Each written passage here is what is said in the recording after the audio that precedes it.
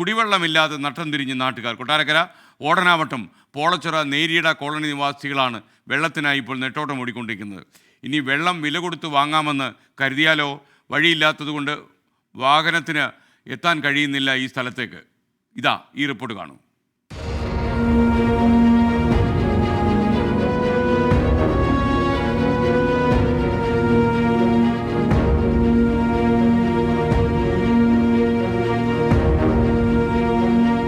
പത്തിൽപ്പരം കുടുംബങ്ങൾ അധിവസിക്കുന്ന പ്രദേശത്താണ് കുടിവെള്ളമില്ലാതെ വലയുന്നത്.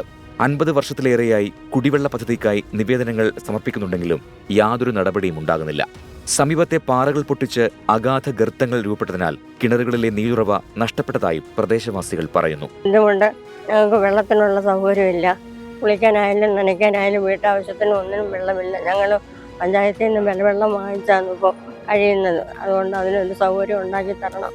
ഈ വെള്ളം കൊണ്ടുവരാനും വണ്ടി ഇവിടെ കയറി വരത്തില്ല. വണ്ടി കയറി വരാനുള്ള വഴിയില്ല, നടവഴി മാത്രമേ ഉള്ളൂ.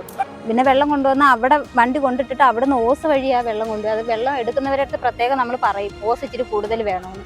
അല്ലെങ്കിൽ പകുതിക്ക് കൊണ്ടുവന്ന് വെച്ചിട്ട് അവിടെ നമ്മൾ ചുമന്നാണ് വീട്ടിൽ കൊണ്ടുവയ്ക്കുന്നത്. കഴിഞ്ഞ ആഴ്ചയിൽ പിന്നെ 500 രൂപ കൊടുത്ത് വെള്ളം വാങ്ങിച്ചത്. കുടിവെള്ളം ഇല്ലാത്തതിനാൽ കുടുംബങ്ങൾ സമീപത്തെ പാറക്കുളങ്ങളിൽ നിന്നുമാണ് പ്രാഥമിക ആവശ്യങ്ങൾക്കായി വെള്ളം ശേഖരിക്കുന്നത്. കോളനിയിലുള്ള നിരവധി പേർക്ക് കാൽവഴുതി കുളത്തിൽ വീണ് ജീവഹാനിയും അപകടവും സംഭവിച്ചിട്ടുണ്ടെന്നും പ്രദേശവാസികൾ പറയുന്നു.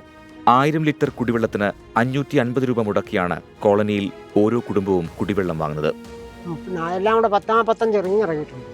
പിന്നെ 16 തൊടിയും ഉണ്ട്. 1.25 ലക്ഷം രൂപയിലാക്കിയത് ഉണക്കായ വെള്ളം. ഈ പാറവില താന്നു പോയി. അതിനുമ്പ് ഇഷ്ടം പോലെ വെള്ളമുണ്ട്. പാറവില പണിഞ്ഞ് താന്നപ്പോഴും വെള്ളമെല്ലാം പോയി.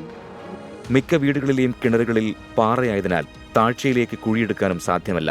ശാസ്ത്രീയമായ കുടിവെള്ള പദ്ധതികൾ ആവിഷ്കരിച്ച് ജലക്ഷാമത്തിന് പരിഹാരം കാണണമെന്നാണ് നാട്ടുകാരുടെ ആവശ്യം. 24 കൊല്ലം.